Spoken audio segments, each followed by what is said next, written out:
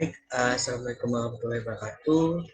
Sebelumnya perkenalkan nama saya Eva Jeri dengan NIM 2031655 dari Geografi MK, Fakultas Ilmu Sosial Universitas Negeri Padang. Baik, di sini saya akan mempresentasikan mengenai pentingnya ilmu wilayah dengan dosen pengampu saya, yakni Bapak Rizky Ramadan, SPD MSI. Baik, kita langsung saja mengenai pentingnya ilmu wilayah.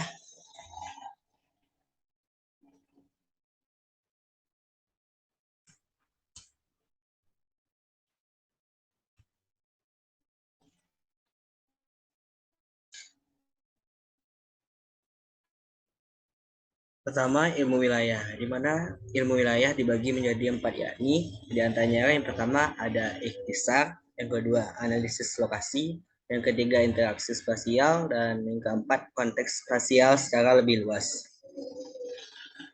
Yang pertama kita akan membahas ikhtisar.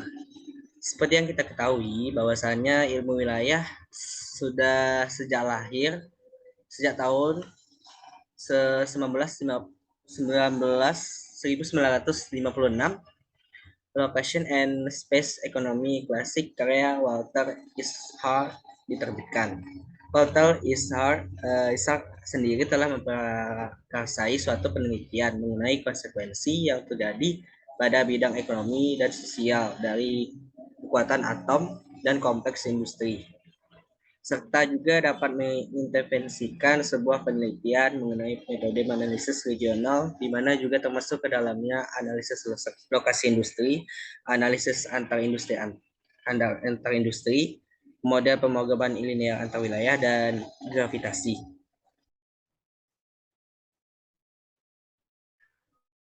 Pada bagian ikhtisar ilmu wilayah mengarah pada disiplin ilmu yang ada pada saat sekarang ini, seperti disiplin ilmu pada bidang ekonomi, sosiologi, ekologi, perencanaan, dan ilmu politik dalam dimensi ruang.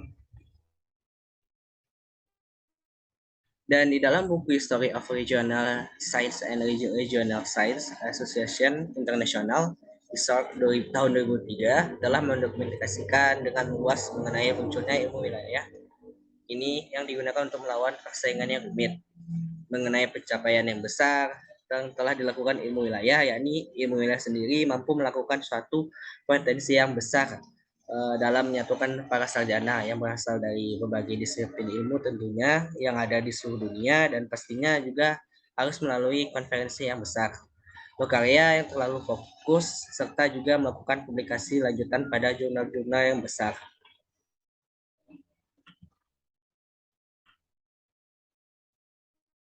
Yang kedua ada analisis lokasi. Mengenai bagian dari analisis lokasi itu sendiri, di dalamnya tidak hanya ditemukan pada perusahaan-perusahaan besar saja, akan tetapi juga dilakukan pada fasilitas lainnya seperti rumah dan fasilitas fasilitas produksi lainnya.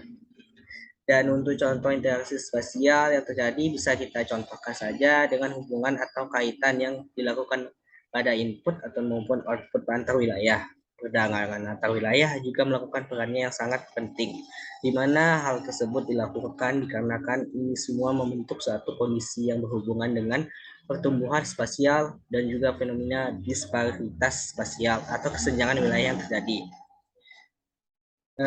Di analisis lokasi ini terdapat teori lokasi oleh Gorter dan Jipcam tahun 2001, di mana pada teori ini analisis lokasi merupakan suatu kunci yang digunakan untuk memahami bagaimana munculnya aglomerasi perkotaan, konsentrasi industri dan pertumbuhan regional, dan juga disparitas spasial atau kesenjangan wilayah. Nah, mengapa dikatakan bahwasanya analisis lokasi berada pada atau berhubungan dengan geografi, di mana dikarenakan analisis lokasi pada geografi itu sendiri di dalamnya lebih menitik beratkan atau lebih mengarah pada unsur sejarah, kaitan dan juga ada gerakan atau movement. Dan berbicara mengenai uang sendiri digunakan untuk meningkatkan hasil produktivitas yang dilakukan oleh para pelaku dalam tata ruang wilayah, yang dimana efek yang terjadi dua arah antara harga barang, faktor produksi, dan juga tanah yang satu sisinya, serta juga ada pola lokasi spasial pada sisi lain, seperti menentukan harga dari barang. Yang ketiga ada interaksi spasial, di mana dalam ilmu wilayah juga memiliki hubungan atau kaitan dengan struktur spasial dan evolusi ekonomi ruang yang ada dan juga kompleks, sehingga nantinya akan membantu menunjukkan dinamika yang akan terjadi baik lambat maupun cepat, yang dibantu dengan dorongan dari gerakan top down dan bottom up. Dan dikarenakan adanya gerakan jarak seperti fisik, ekonomi, sosial, kognitif, atau budaya akan mempermudah memainkan peran intrinsik yang ada. Seperti halnya yang ditemukan oleh pendahulu awal geografi, yakni Janowski. John Henrik von Thunen sendiri merupakan salah satu bapak pendiri pengguna lahan infrastruktur. Beliau juga menggabungkan keunggulan pasar lokasional dengan pola transportasi dan juga produksi untuk memperoleh hubungan yang baik dan konsisten antara sewa tanah dan juga urutan hierarkis kegiatan yang ada pada bidang industri. Dan Dan menurut Profesor Ishart, suatu sistem yang ada pada suatu wilayah merupakan organisme yang hidup terdiri dari dalamnya berbagai unit seperti politik, ekonomi, sosial budaya, dan ekologi. Di mana dari pola perilaku mereka yang kita lihat akan saling memiliki hubungan ketergantungan yang ditentukan oleh faktor psikologis, kelembagaan, alam, dan teknis.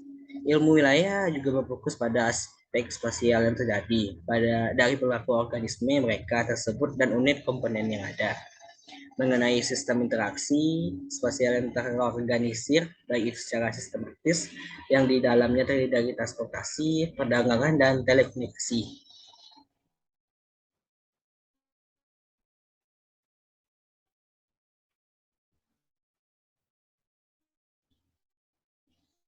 Yang keempat ada konteks spasial yang lebih luas, di mana pada ilmu wilayah sendiri juga membutuhkan peran pendekatan yang baik. Nah, dari analitis multidimensi tersebut, berbagai macam disiplin ilmu mulai digabungkan atau setidaknya ada hubungan satu dengan lainnya.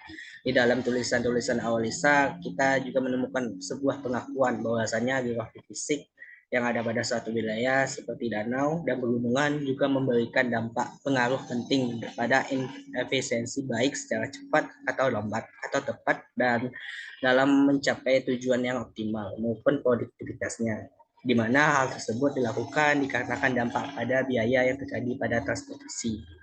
Untuk peran ekologi dalam ilmu wilayah, menurut Ishak sendiri, yakni diantaranya yang pertama ada mengenai dapat dengan mampu menggabungkan eksternalitas lingkungan seperti pengurangan polutan udara dan polutan air, dan juga menghubungkan aliran produksi serta konsumsi dengan data modal lingkungan. Yang kedua ada sifat konfliktual dari tujuan ekonomi dan tujuan lingkungan atau sumber daya. Setiap wilayah perlu memahami dan mengkaji konflik dan perbedaan dalam strategi kebijakan wilayah dalam pemanfaatannya. Dan untuk tingkatan yang terjadi pada aksesibilitas dan juga konektivitas pada setiap wilayah biasanya akan berbeda-beda dengan yang lainnya, di mana konsekuensi ketimpangan spasial merupakan suatu konstituen atau yang dibutuhkan juga dalam ilmu regional, sehingga sangat diperlukan sebuah perangkat kebijakan dari intervensi dalam membantu mengatasi proses evolusi spasial yang mengalami kendala atau hal yang tidak diinginkan.